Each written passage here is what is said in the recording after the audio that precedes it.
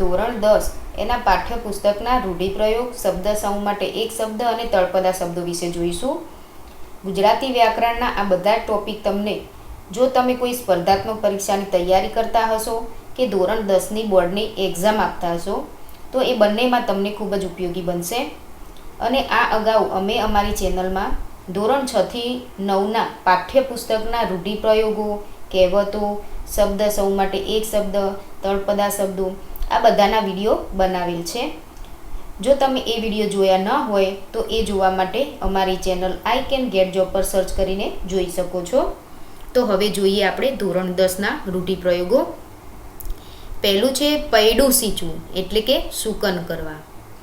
અછો અછો વાના કરવા એટલે લાડ લડાવવા. ઓછું આવવું એટલે મન દુભાવવું. સોનાના ઝાડ ભાળી જવા એટલે ખૂબ સમૃદ્ધિ હોવી કે સમૃદ્ધિ જોવી. હૃદય હાથ ના રહેવું એટલે હિંમત કે ધીરજ ન રહેવી. તલપાપડ થઈ જવું એટલે અત્યંત આતુર થઈ જવું. ધરવ ન થવું એટલે સંતોષ ન થવું. મંત્રમુગ્ધ બનવું એટલે દંગ થઈ જવું. ડાગડી ચસકી જવી એટલે પાગલ થઈ જવું. રઘવાયા થવું એટલે બહુ જ ઉતાવળા થઈ જવું. સોપાનો સર કરવા એટલે સિદ્ધિઓ હાંસલ કરવી. પાયાના પથ્થર થવું એટલે શરૂઆતના કાર્યમાં વિશેષ યોગદાન આપવું. આંજી નાખવું એટલે છક કરી નાખવું કે પ્રભાવિત કરવું. છોભીલા પડવું એટલે શરમ અનુભવવી. આંખ ન ઉઘડવી એટલે સભાન કે જાગૃત ન થવું. પાઠ ભણાવવો એટલે ખો ભૂલાવી કે બોધપાઠ આપવો. જીવમાં જીવ આવવું એટલે ભય જતા સ્થિરતા અનુભવવી, શાંતિ અનુભવી કે ચિંતા દૂર થવી. અધૂરો ગળો છલકાય ગણું એટલે અપૂર્ણ કે અધકચરું જ્ઞાન હોવા છતાં જ્ઞાની હોવાનું ગુમાન દાખવે. આંખ ઉઘડવી એટલે ચેતી જવું કે સાવધાન થવું.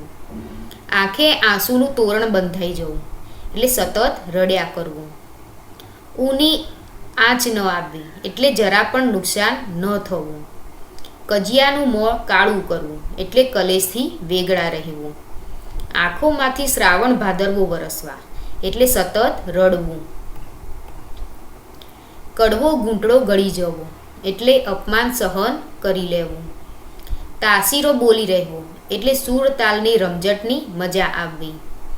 દીપક ઓલવાઈ જવો એટલે મૃત્યુ પામવું. કેડ પર કાંકરો મૂકવો એટલે સખત મહેનત કરવી. કાળજું કોરાવવું એટલે દિલને સંતાપ થવો.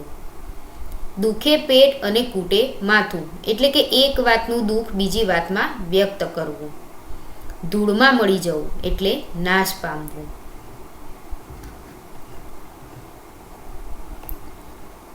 નાક કાપવું એટલે આબરૂને કલંક લગાડવું કે બેઇજ્જત કરવું.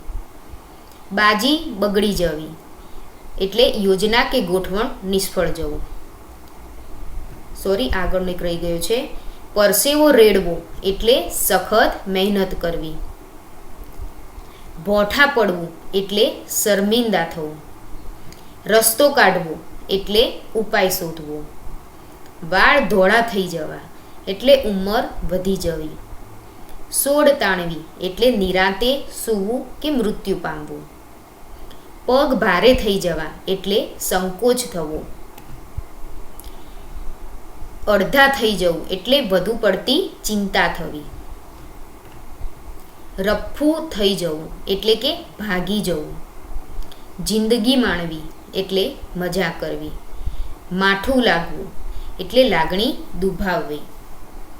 છટકી જવું એટલે નાસી જવું. આંખો મીંચી જવી એટલે મૃત્યુ થવું. છાતીમાં મોં ઘાલવું એટલે છુપાઈ જવું. ગળગળું થઈ જવું એટલે રડું રડું થઈ જવું. ધમણ ઉપડવી એટલે જોરભેર શ્વાસ ચાલવો કે હાંફ ચડવી. ઢગલો થઈ જવું એટલે થાકીને લોથપોથ થઈ જવું. માથું વધેરવું એટલે બલિદાન આપવું. કાળજાને કોરી ખાવું એટલે દુઃખની અનુભૂતિ થવી. ઊની આંચ આવવી એટલે કે દુઃખ કે તકલીફ આવવી. પ્રાણ પરવારી જવા એટલે મૃત્યુ થવું. આંસુ લૂછવા એટલે દુઃખ દૂર કરવું. સૂર્ય તપવો એટલે પ્રગતિના શિખર પર હોવું. લાગી આવવું એટલે દુઃખ થવું. હૃદયમાં ઘા થવું એટલે દુઃખની તીવ્ર અનુભૂતિ થવી. મિત્રો, જો આ વિડીયો તમને પસંદ પડતો હોય તો પ્લીઝ લાઈક અને શેર કરજો.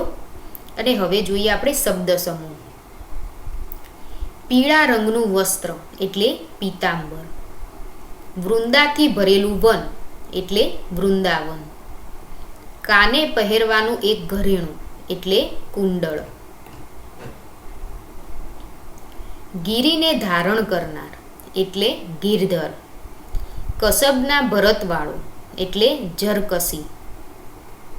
જ્યાં આજુબાજુ વૃક્ષો વાવેલા હોય તેવી ગલી એટલે કુંજ ગલી.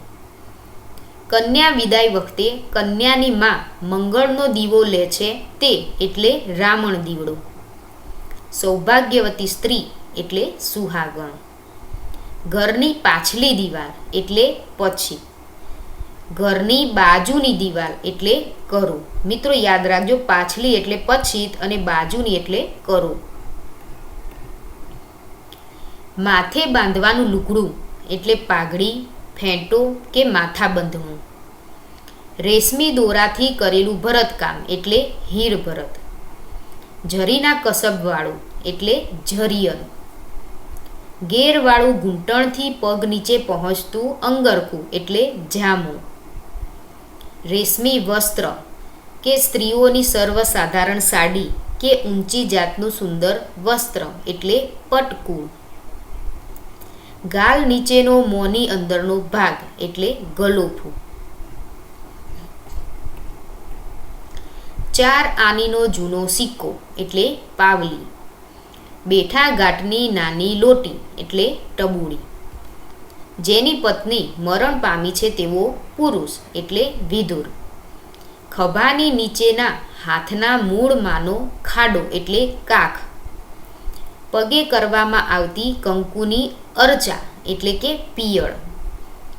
તુલસીની જાતનો એક ઉગ્ર ગંધવાળો છોડ એટલે કે ડમરો કે મરવો. શુભ કામ માટે ઘરેથી તૈયારી સાથે નીકળવું એટલે સોંઢવું. કહી ન શકાય તેવું એટલે અકથ્ય. આગથી ચાલતી ગાડી એટલે આગગાડી. જાણવાની ઈચ્છા એટલે જિજ્ઞાસા. સોરી, અહીંયા જિજ્ઞાસ લખ્યું છે પણ જવાબ આવશે જિજ્ઞાસા. પાણીમાં ઉત્પન્ન થતા વલયો એટલે વમળ. ઘૂમરી લઈ વાતો ભારે પવન એટલે ચક્રવાત કે વંટોળ. સાપને રહેવાનું ઘર એટલે રાફડું. છોકરા છૈયાવાળું એટલે બચરવાળ કે વસ્તારી. સંતતિ ન થતી હોય તેવી સ્ત્રી એટલે વાંજણી. મુલાકાત માટેનો બેઠકનો ઓરડો એટલે દીવાનખાનું. જે ડગે નહીં તેવું એટલે કે અડગ. સહન ન થઈ શકે તેવું એટલે અસહ્ય. પક્ષપાત રહિત છે તે એટલે તટસ્થ. ઉષ્ણતામાન માપવાનું સાધન એટલે થર્મોમીટર. 24 મિનિટનો સમય એટલે ઘડી. રાત્રિનો મધ્ય ભાગ એટલે મધરાત. અનાજ ભરવાનું માટીનું મોટું વાસણ એટલે કોઠી. કામ કઢાવી લેવાની કળા એટલે કુનેહ. અંધારિયા પક્ષનો છેલ્લો દિવસ એટલે અમાસ. કળા કારીગરી વાળો ઉદ્યોગ એટલે કે હુન્નર. બહાદુર સ્ત્રી જેને કહેવાય વીરાંગના. કાયમ મુસાફરી કરનાર એટલે ચીરપથિક. જેમાં સમયની મર્યાદા ન હોય તેવું એટલે નિરવધિ કે અનંત. સમાન ગુણ લક્ષણ હોવાપણું એટલે પ્રતિરૂપ. ઘર આગળની ઊંચી બેઠક એટલે માંડવી કે રવેસી. પરાણે કરવામાં આવતું કામ એટલે વૈતરું. બંધિયાર પાણીમાં થતી ચીકણી લીલી વનસ્પતિ એટલે લીલ. રિસાઈને અમુકની સાથે ન બેસવું તે એટલે અબોલા. નિયમપૂર્વક આચરવાનું પુણ્ય કર્મ એટલે વ્રત. મોટા મહેલ, મકાન વગેરેના પ્રવેશદ્વારની ચોકી એટલે દોઢી. હવે આપણે જોઈશું તળપદા શબ્દો. થઈ એટલે કે થઈ. માર્ગ એટલે માર્ગ.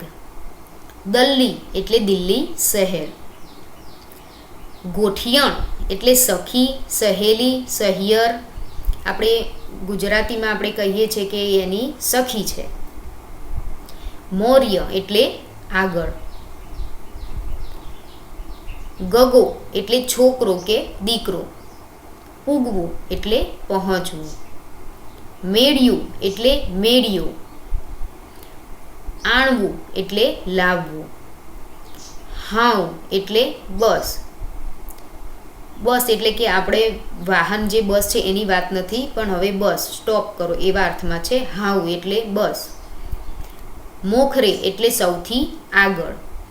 હર એટલે હર્ષ. ચસ્કેલ એટલે ગાંડપણને વશ થયેલું.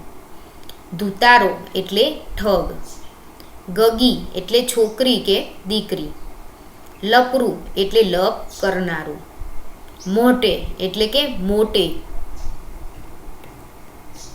અગાડી એટલે આગળ. ઓય એટલે અહીં. છોકરા એટલે છોકરા. દાબડી નાનો દાબડો કે ડબ્બી. સે એટલે કે છે. યવન એટલે વિદેશી. યુનાનના જે લોકો છે એને યવન કહેવાય છે. બકેજ એટલે બોલે છે. તવ એટલે તારું કે તમારું. લોતા એટલે કે લૂછતા. નિત નિત્ય એટલે કે નિત્ય, હંમેશા, કાયમ. મુજ એટલે મારું. નવ નહીં, ન, ના એવો 3 અર્થ થાય છે. ખાણું એટલે ભોજન. ઝટ એટલે કે જલ્દી. છંડાયેલું એટલે બાકી છોડેલું. જણ એટલે માણસ કે વ્યક્તિ. લંગાર એટલે હાર. ફોરા એટલે વરસાદના છાંટા. દુખણા એટલે ઓવારણા.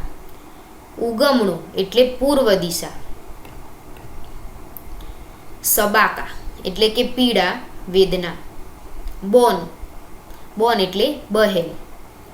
પોડા એટલે પડ. ગાર એટલે ગારો કે કીચડ. ટેમસર એટલે કે ટાઈમસર, સમયસર. લોહવાટ એટલે ચિંતા. કનેથી એટલે પાસેથી. નિહાળવું એટલે જોવું.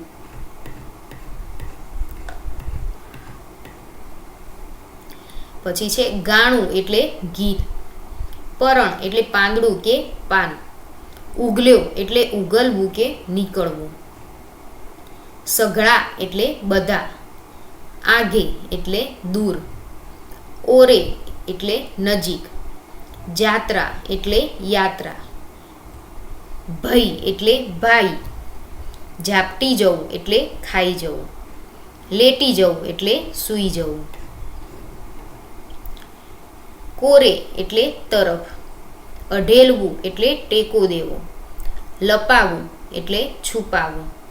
વિસરવું એટલે ભૂલવું. ચડસ ચડસ એટલે કે ઈર્ષ્યા. વાચા એટલે બટક બોલવું, વાતોડું કે બહુ બોલકું એવું અર્થ એનું થાય છે. ભાળવું એટલે જોવું. પતાકા નાની ધજા. વધેરવું એટલે ફોડવું કે બલિદાન આપવું. જુલ્ફો એટલે વાળની લટ. વાવટો એટલે ઝંડો કે નેજો. વાંક એટલે ગુનો. ઉચાટ એટલે ચિંતા. સોરી, અહીંયા ચિંતો લખ્યું છે પણ ઉચાટ એટલે ચિંતા એવું અર્થ થશે. મેલવું એટલે મૂકવું કે છોડી દેવું. કણ એટલે અનાજ કે ધાન, ધાન્ય. સમંદર એટલે સમુદ્ર, પોઢવું એટલે સૂઈ જવું, આય એટલે આવ, ભઈ એટલે ભાઈ, હું એટલે હું, અહીંયા હું છે એટલે એનો અર્થ થશે હું, નેહાકા એટલે કે નિસાસા, વેરાઈ જવું એટલે છૂટું પડવું. મિત્રો, આ વિડીયો જો તમને પસંદ પડ્યો હોય તો પ્લીઝ લાઈક અને શેર કરજો. Thank you.